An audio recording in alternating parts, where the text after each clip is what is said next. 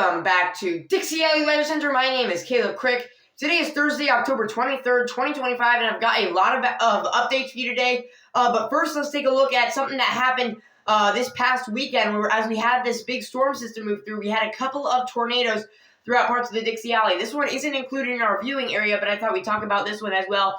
This is the DeRoche, Arkansas EF1 tornado.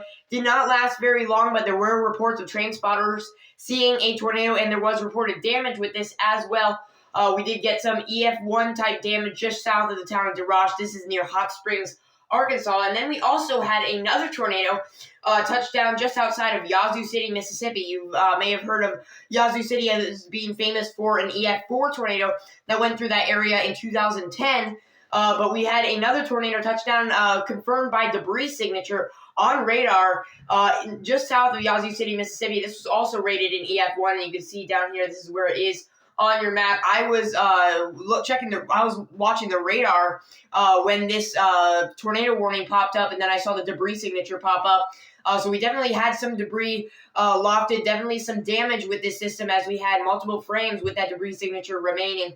So we did have a couple of tornadoes touch down, which we haven't seen in a while across much of the Dixie Alley, especially. We are going to start to see more of those tornado reports as we go deeper into October and into November as we start to get into our second tornado season.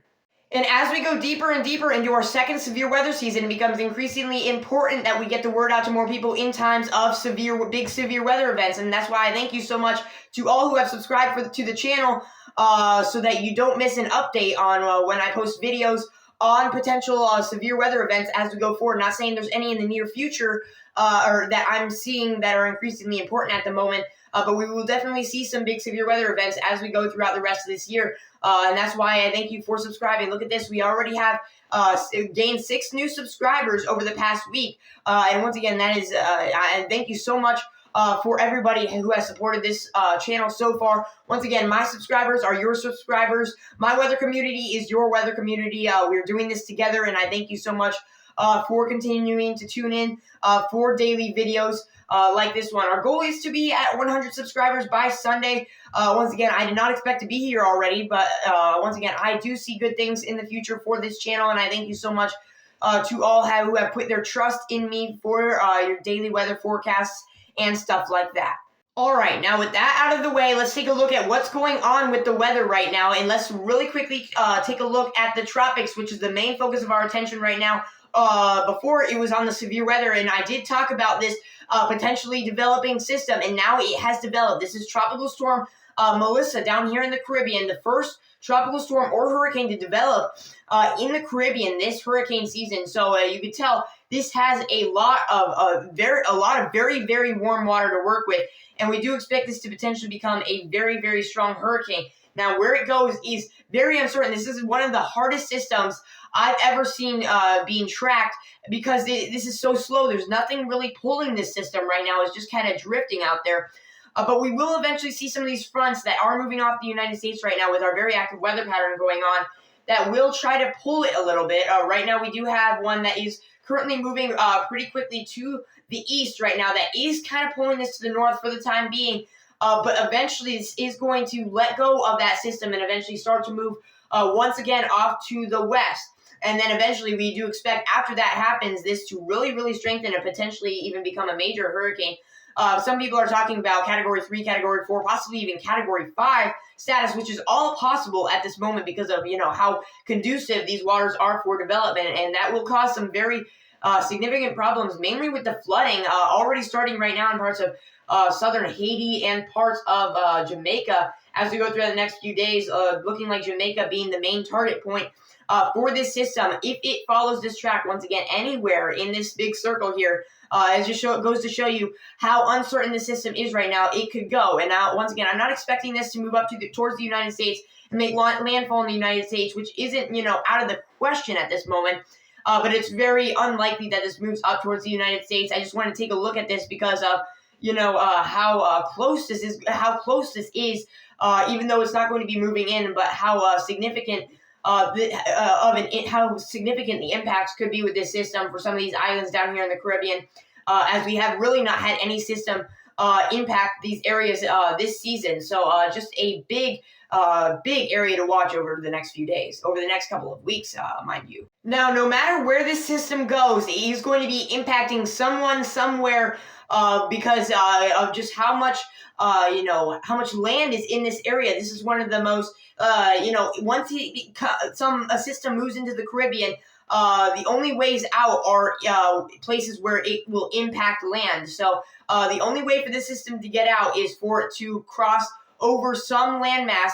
And it looks like the area that this unfortunately does cross over will be seeing some very significant impacts. Now, here's a look at a model that I have created, a graphic that I've created, just showing some of the possibilities of the track of the system as we go throughout the next couple of days, over the next few days, possibly over the next week or so, as this system continues to progress very slowly off to the north over the next few days. There's many possibilities. There's about 4 main outliers that I made here. One is if this just continues to move off to the north and eventually gets pulled away by this low pressure system that is moving through at the moment. Once again, this the places that this goes all depends on the big low pressure systems that we see moving through. Which one is going to pull this up with it, and how strong is it going to be strong enough to carry it away? The GFS model has really been seeing this scenario play out. This one where it just continues to slowly move off to the north, not strengthening significantly, but causing very catastrophic impacts, specifically with the flooding across parts of Haiti and the Dominican Republic. Right now, that stands at about a 20% chance. I don't see that happening, but the GFS model has constantly been keeping this a possibility. So we'll continue to watch that. That definitely is a possibility, not a high possibility at this moment. Another possibility is that this moves off to the north, kind of wiggles around here, and then eventually gets picked up by our jet stream. That's about a 30% chance, and moves kind of over Jamaica, which would cause catastrophic impacts as a very strong hurricane making landfall there with flooding and some very strong winds, and then eventually moving kind of in between Cuba and Haiti. That would cause many impacts to many islands. That would not necessarily be the best case scenario. But once again, the worst case scenario would be if this system follows the path that we are thinking is actually the most likely at this moment, and that's that it moves off to the north a little bit, eventually moves off to the west for a little bit because that first system doesn't grab it, but another system comes off and will try to grab it, which makes it slow down here as it's starting to turn, as it's already been sitting around Jamaica over the past, like 5 days or so, causing catastrophic flooding continuing, and then making a close approach, if not moving over the island, causing some damage with, power outages, very strong wind gusts, let alone with, possibly feet of rainfall if this happened for parts of Jamaica, and then eventually moving over Cuba as a very strong hurricane. The least likely scenario that I'm seeing right now is if this, kind of wobbles a little bit. Obviously is not affected by that first system, not by the second one, but kind of moves really close to the peninsula of Mexico, and then eventually starts to get caught off by the jet stream and moves off toward the United States. This is the least likely scenario. It wouldn't really cause too many impacts besides potential flooding to the islands, potential flooding to parts of Mexico, and then moving up towards the United States, potentially impacting Florida. I hold that at about a 10% chance at this moment. It's probably even lower with only a couple of the models showing that. But that is a possibility that we can't rule out at this moment just because of, there's not much movement with this system at this moment. And here's a look at kind of the most likely scenario of this system at this moment. This is the European model. Just giving you an idea of where we expect the system to go over the next few days, over the next week or so. As we go down the road, this is the most likely scenario, what most of the models are showing. The European model hasn't had, for most systems this year, hasn't really had a good depiction on where they're going to go, but it's looking like it is the, shows the main story of what this system is going to be doing so far. So let's just take a look at it. This has to go through the next few days. This thing kind of meanders here for a few days as this low pressure system moves through. It's not strong enough, though.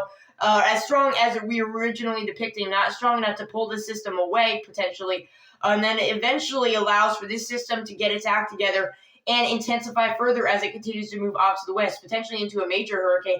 The European model shows this becoming a Category 5 hurricane, a very, very powerful hurricane, and just basically sitting around the vicinity of Jamaica for several days, causing onshore flooding, potentially very, very strong wind gusts, very powerful storm surge, as this eventually gets caught up by the next low pressure system that moves through and eventually rockets off to the north. Now, this is once again, even though it is the most likely scenario, we don't know exactly the intensity of the system at the moment. We could just make an estimated guess by what some of the models are showing. But the European model is showing a very intense hurricane eventually, as it's moving out to the west, getting caught by the stronger low pressure system that moves through, and eventually will get taken away, but will have to go through these islands. Like I said, this system, no matter what it does, isn't going to cause any, no matter what the system does, it's going to be causing some harm, some level of substantial problems to some areas because of the amount of land that is in this area. It is almost undoubtedly impossible for any area to be missed by a system that is surrounded by this much land, basically encompassed by all this land in the Caribbean. It is going to cause some problems to some area. The only thing that would be our saving grace is if this system wasn't as strong, didn't produce as much rain, didn't get its act together soon enough before get rocketed away. It would be good, but there is going to be some level of catastrophic impacts with this system as we go forward. And even though we aren't going to be potentially dealing with hurricanes in the United States, we are going to be dealing with below average temperatures for the foreseeable future, especially with these big fronts that are going to continue to move through. We are going to see continuous shots of very cool air behind them, potentially even more frost. We already saw some frost in some areas where we saw temperatures in the upper 30s behind some of these cold fronts over the past few days. My house saw some frost a couple of days ago, and even today we saw some frost. And we will continue to see that in some of the northern parts of the Dixie Alley, parts of Tennessee, into the Appalachian Mountains, possibly even seeing a freeze as we go down the road, possibly into next week. But let's just push this forward and see. We'll continue to see cool air continue to filter in over the next couple of nights. It'll continue to be 40s, possibly low 50s as you go further down to the south. Florida staying, moderate and tropical, especially in the peninsula, 60s and 70s, remaining in 60s and 70s. But the farther you go out to north, the cooler it becomes. And eventually we will see a warming up of the temperatures, potentially into the 70s as far north as Tennessee, and some 80s down farther off to the south in parts of Florida and Louisiana. But eventually, as we go into this weekend and into the very beginning of next week, we will see the return of some showers and thunderstorms that will bring the temperatures down substantially. Once again, a very cool temperatures in the 40s for overnight temperatures, potentially even some freezing temperatures where you see that blue up there in parts of the Appalachian Mountains, parts of northern Georgia, parts of western North Carolina, eastern Tennessee, and even outside of that, we could see some temperatures in the low 40s, potentially even into some upper 30s as we go into, this is by October 31st. This is Halloween morning. You can see 39 in northern Alabama, northern Mississippi 40, northern Georgia 33, almost freezing temperatures in some of these areas that will allow for some frost. So make sure you're protecting sensitive vegetation over the next few days, and you're going to have to continue to do that as we are going to continue to see stronger and stronger cold blasts behind these cold fronts, potentially even 40s as low as the panhandle of Florida, and even some 50s in central Florida, which is pretty rare for this time of year. We don't typically see temperatures this low throughout or in October, which we are already seeing. I do believe we are going to continue to see this below average trend with the temperatures going forward.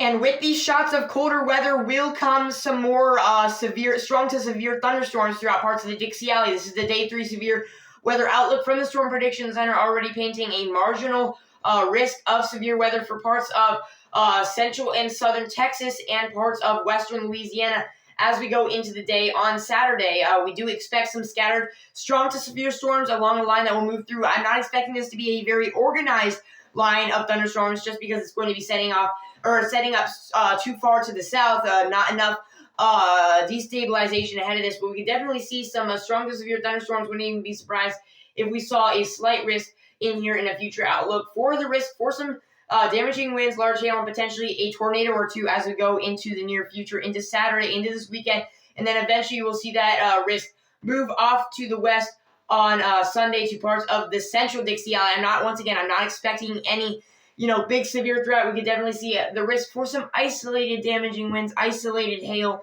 Not really expecting a tornado. The farther you go out to the south, the better the better the environment is for that. So if you live along the Gulf Coast, just be aware we could see some stronger thunderstorms as we go throughout this weekend.